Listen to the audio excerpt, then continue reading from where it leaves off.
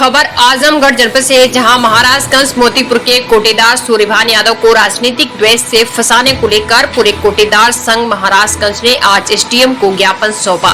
ज्ञापन में कोटेदार ने एकजुटता दिखाते हुए अपने साथी कोटेदार सूर्यभान यादव पर हो रहे राजनीतिक द्वेष बनाकर कार्रवाई करने का आरोप लगाते हुए कहा कि इनके पक्ष में आगे भी लड़ाई जारी रहेगी। कोटेदार संघ ने ज्ञापन में कहा कि कभी कभी व्यवहार में किसी कार्ड धारक द्वारा कोटेदार के यहां अंगूठा लगा दिया जाता है और कार्ड धारक अंगूठा लगाकर खाद्यान्न ले जाने में असमर्थ रहता है और यह बताता है कि घर के किसी सदस्य द्वारा खाद्यान्न जो कार्ड धारक अंगूठा लगाया है आ करके ले जाएगा।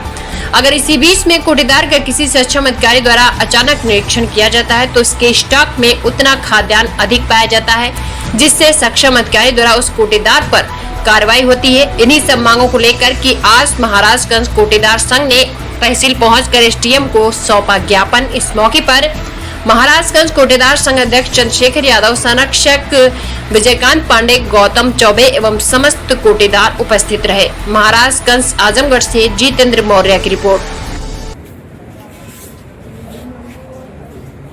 हमारे कोटेदार के ऊपर अभी तत्काल में एफआईआर हुआ है। एफआईआर अभी हुआ नहीं है, मैंने वो सब कागज बनने वाला है। तो उसमें वो अपने घर का गल्ला बेच रहा था। तो उसके पास 8-9 बीघे ज़मीन है, वो अपने घर का गल्ला बेच रहा था और उसमें जांच हुई, उसका स्टॉक लगभग सब मेंटेन मिला और ग्रामीणों में जा कर के जाँच भी हुई। जाँच में भी लगभग 65-67 लोगों का जाँच हुई, जिसमें 15-16 लोग विपक्ष में बात किए, प्रधान के पक्ष में, शेष कोटेदार के पक्ष में। इसके बाद भी एफआईआर हो रहा है।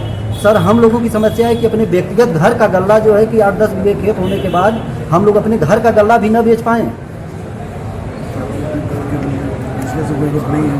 तो सर वही स्टॉक भी मेंटेन मिला। इसके बाद जो है कि 80-85 किलो उसके पास स्टॉक फालतू है, लेकिन कोटेदार से बयान भी नहीं लिया गया और उस पर एफआईआर हो रहा है। जो बाद में पता चला कि उसका स्कूल का भी राशन उसके पास कुछ अवशेष है।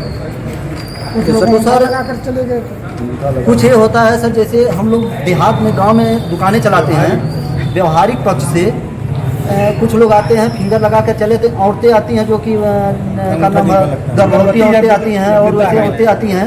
व्यवहारिक तौर पे हम लोग फिंगर लगवा लेते हैं और परिवार में किसी का फिंगर नहीं लगता तो हम लोग लगवा लेते हैं। वो कहते हैं मैं जा कर के अपने किसी पुरुष भेज दे रहा हूँ, अपना राशन ले जाएंगे। सर ये भी समस्या है कि हम लोग इस तरह अगर कर देते हैं तो हम लोग तो संघ के साथ रह करके कोरोना काल में हम लोग पूरा हर तरह आप लोगों के साथ रह करके काम किए। इसके बाद हम लोग प्रताड़ित किए जा रहे हैं और एफआईआर हो रहा है। हम लोग चाह रहे हैं सर कि कम से कम जो भी काम हो, न्यायिक काम हो, ताकि संगठन आप लोगों के साथ मिल करके हम सही ढंग से काम कर सकें।